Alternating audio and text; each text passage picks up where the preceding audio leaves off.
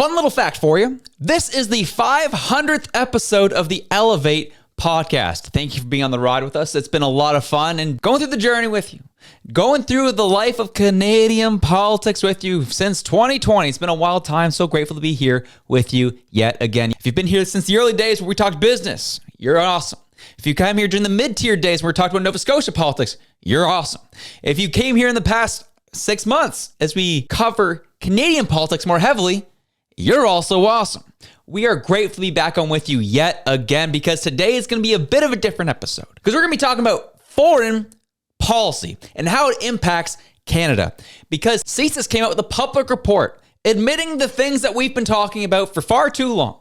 And this report came out about 2 months ago. And there's pieces of the report that made it to the media, but there's other parts that went suppressed, real quiet. And we're about to get real loud today on those things. One of which being the Khalistan issue. And that stems to other situations of foreign interference in our country that we didn't really know about and we want to address today.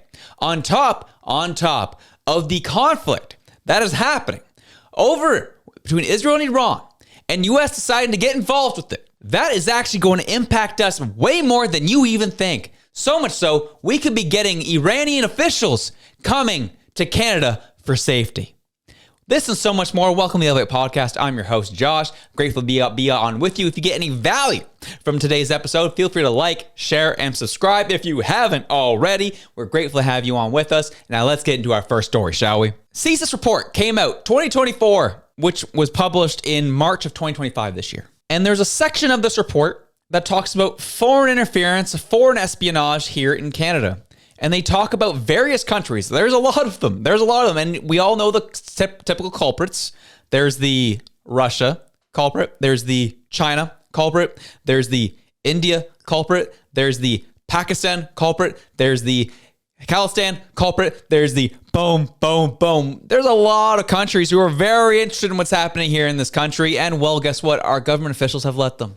That's why they're here. That's why they're impacting things. Because our current government over the past 10 years and continuing to do so has welcomed them with open arms and says, you know what? Make a mess of our country. We're here and we're only sharing a border with the biggest military superpower in the world. But yeah, just come on in, shall we?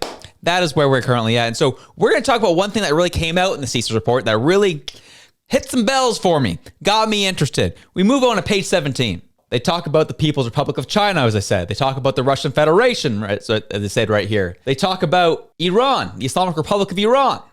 They talk about Pakistan. And then they eventually get to the final ending. And that is the issue of Khalistan and radicalization here in Canada.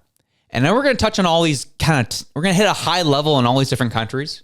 But the real interesting part is it does stem to a degree from the Khalistan problem that is happening here in Canada. The heading, politically motivated violent extremism. And they end up making an acronym called PMVE. It says, since the mid-80s, the PMV threat in Canada has manifested primarily through Canada-based Khalistani extremists, CBKEs, seeking to use and support violent means to create an independent nation state called Khalistan, largely within Punjab, India. And keep this in mind, this is the CSIS report finally calling out the Khalistan issue, and that is becoming a national security threat here in this country.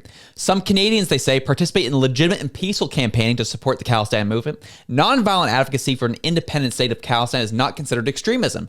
Only a small group of individuals, they say, are considered Khalistani extremists because they continue to use Canada as a base for their promotion, fundraising, or planning of violence primarily in India. While there were no CBKE-related attacks in Canada in 2024, ongoing involvement in violent activities by CBKEs continues to pose a national security threat to Canada and Canadian interests. In particular, real and perceived Khalistani extremism emerging from Canada continues to drive Indian foreign interference activities in Canada. CSIS also continues to monitor emerging threats and contribute to the Government of Canada terrorist listing process. In October of 2024, the Government of Canada listed Samadoun, also known as the Palestinian Prisoner Solidarity Network, as a terrorist entity under the criminal code. This was big news for CSIS to acknowledge the Khalistani problem. They even did their own little Canadian thing there. It's like, it's only a small segment of the group that has extremist ideology, but it is a growing national security threat here in Canada. They did eventually have to admit it in this document. So when you see those yellow flags, the Khalistan blue lettering all over it, these are not peaceful groups. They have extremist ideology and they want to disrupt and cause issues here in Canada. Even CSIS acknowledges the problem that they pose. I did have an issue with that one line, saying, well, it's only a small segment of people advocating for Khalistan, this, that, the other, even though in the same sentence, they say that they go to violent means to establish their ideology. Kind of funny. I'll use the comparison I did 2 days ago, where, I don't know, Khalistan and their perspectives on how they do things is I view it in the exact same one-to-one, apples-to-apples comparison to that of the Ku Klux Klan. So you can turn around and say, there's peaceful aspects of the KKK. It's all good, but there's only a small population of the KKK that are violent. That's what they're saying here. I'm like, no, I'm pretty sure the whole group's bad. There's only some people that are extremists. No, their whole ideology is based on extremism. And that cannot be tolerated here in this country. So I'm happy to see that a CSIS report came out a few months ago acknowledging this issue. And as I said, there's things about this report that kind of came out, but a lot was very quiet. And I'm glad to kind of turn it up and turn up the volume of some of these things. And I'm glad to see CSIS sees Khalistan as a significant problem group here in this country. And the fact that Jagmeet Singh is on the list of the Indian government and receiving police protection now because of his connection to this group. Should he be getting police protection? That's a question we should be asking. If he has been tied to an extremist ideology, an extremist group, and so much so impacted federal policy and foreign policy in this country in terms of how he was able to manipulate Justin Trudeau in the last parliament, questions and investigations, as I said, as you go throughout this document. You have China. They talk about Russia. They talk about India. They talk about Pakistan. They talk about Iran. And 3 of those countries, I would say even 4 of those countries, I would say even all those countries are all tied together in how they want to impact policy in the States, and we're going to use Canada to do so. But one thing lately that's been upsetting me is the fact that news keeps being blocked here in Canada, virtually, obviously, we know through the Meta situation.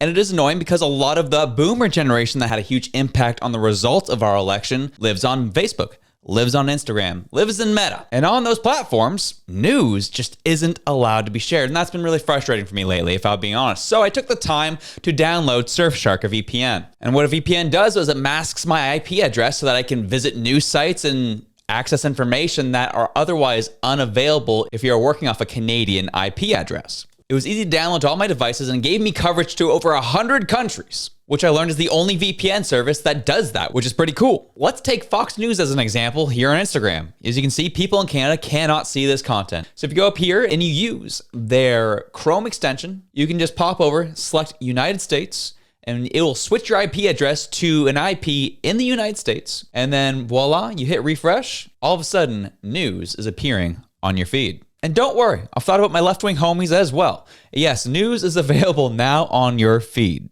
And unlike Netflix, one subscription allows you to download the software to every device that you so desire so that you can access the internet anywhere, anytime, and not lose out on information. There are strictly no logs, so they don't keep any of your data. And there's a 30-day money-back guarantee in case you don't like it, it's not living up to snuff, and you're just not enjoying it. So it's all risk-free.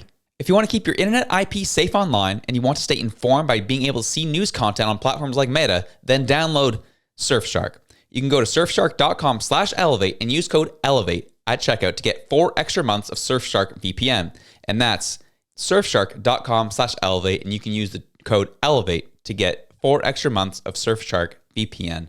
Now let's get into our next story. So you have the Khalistani issue here. That's one. Number 2 is, why is India getting involved in Canada dealings? Well, the problem is Khalistan is doing Khalistani things. India doesn't like Khalistan. And Canada has given home to the likes of extremist ideology of Khalistani behavior. So India is not too happy about that. And so they've had their microscope on Canada for that reason. And that being so, there's another country that doesn't like India too much, and that is Pakistan. And the reason why Pakistan's been getting involved in Canada is because they like that these Khalistani extremists are causing an issue for India here in Canada.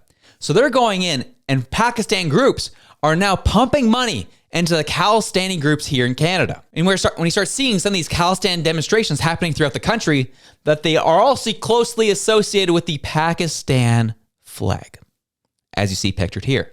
And CSIS even acknowledges the relationship of why Pakistan has been involved in messing around with Canada's institutions.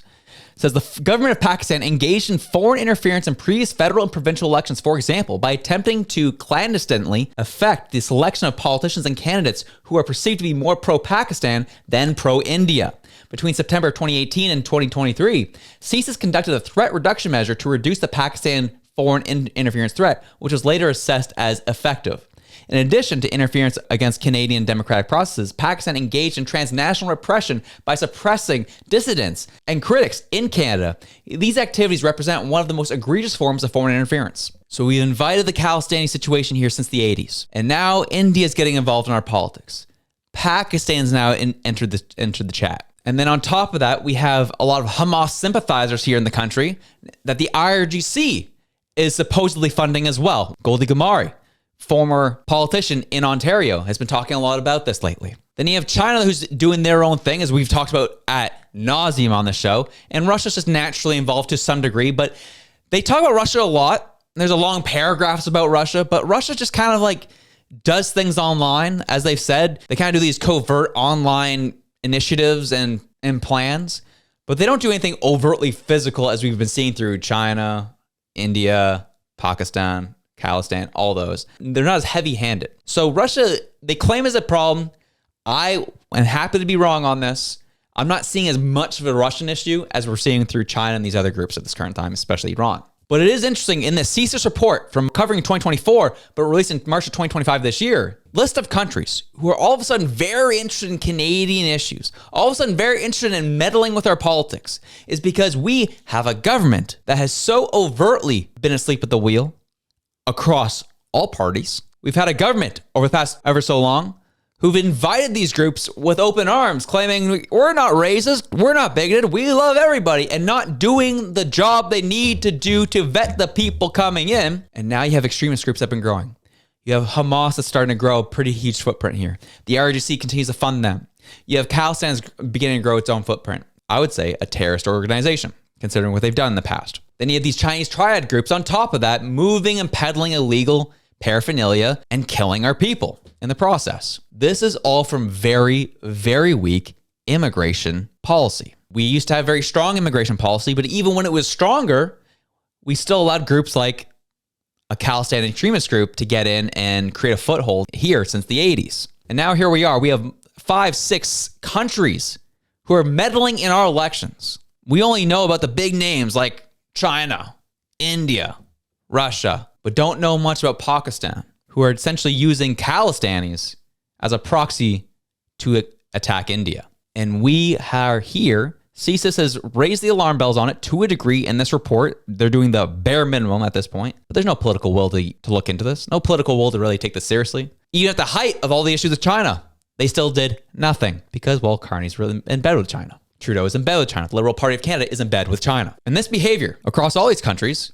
needs to be called out by all parties. Conservatives need to call out all the countries involved, not just the ones that are politically convenient. And that conversation needs to happen. Because we've been talking about the issue right now is the big hot button issue globally is the U.S. getting involved with Iran and actually going to directly bomb them potentially as soon as this weekend. A lot of conversations being held around it. People are in support of it. People are not in support of it. Those who remember the old days of 2003 of weapons of mass destruction are kind of like, whoa, this is starting to seem very similar to that propaganda. I know I don't really like what Iran's been doing, but do we need to lie ourselves to get into a war, or can we just tell the truth? So with this being the case, where things are getting more serious in the Middle East and the U.S. getting engaged, and you can view that the way you want to view it, we will talk about that at a different time. I want to talk about how this impacts Canada. First off, Canada then will have to go in because they are a NATO ally and likely will have to start putting our efforts in as well. But on top of that, if the regime in Iran right now gets toppled, it's going to have consequences here in Canada.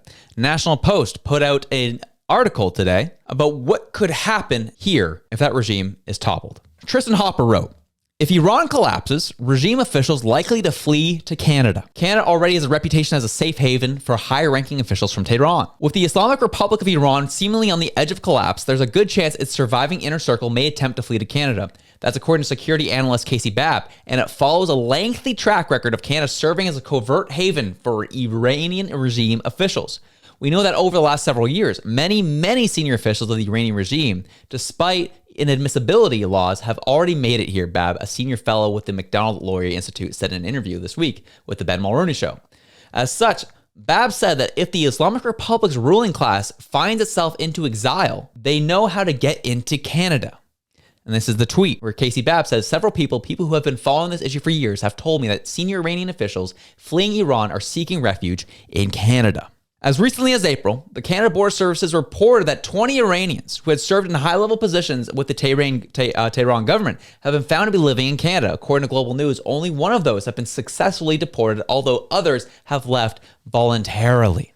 This is despite the fact that Canada has explicitly barred Iranian officials from entering the country since 2022, announcing it as part of a new package of measures to keep war criminals out of Canada. But we've seen it in other situations where we keep bringing extremists and crazies to this country, whether it be high-ranking officials of hostile regimes towards the U.S., towards the West, that we just bring to Canada on the taxpaying dollar in some cases, and we just allow it to happen. That's why I wanted to talk about foreign policy today and the foreign interference that's been happening in our country in more ways than one. We have it littered across the country at this point, and it needs to be addressed and it needs to come with a heavy hand. That's what I'm talking about. I'm not talking about it to get you sad. I'm not talking about it to get you upset. I'm not talking about it to scare you. I'm talking about it to bring awareness to the issue, because there are some groups who are working under the radar and some who are very much on the radar. But we need to talk about all of it. And as I said in my video 2 days ago, I'm going to work so hard to continue to expose the extremist ideology of these groups to make sure that they cannot do what they're doing here any longer, no matter what it means to me. We have a nasty habit of having bleeding hearts here in Canada and bringing people here who are just not good people and terrorizing the lives of Canadians here under the radar in some cases. And I'm not going to be here to watch it happen. I'm not going to be here to be quiet on it. I'm going to be very loud on this very issue. And I think it's important. But anyways, have yourselves a good one. I'm out.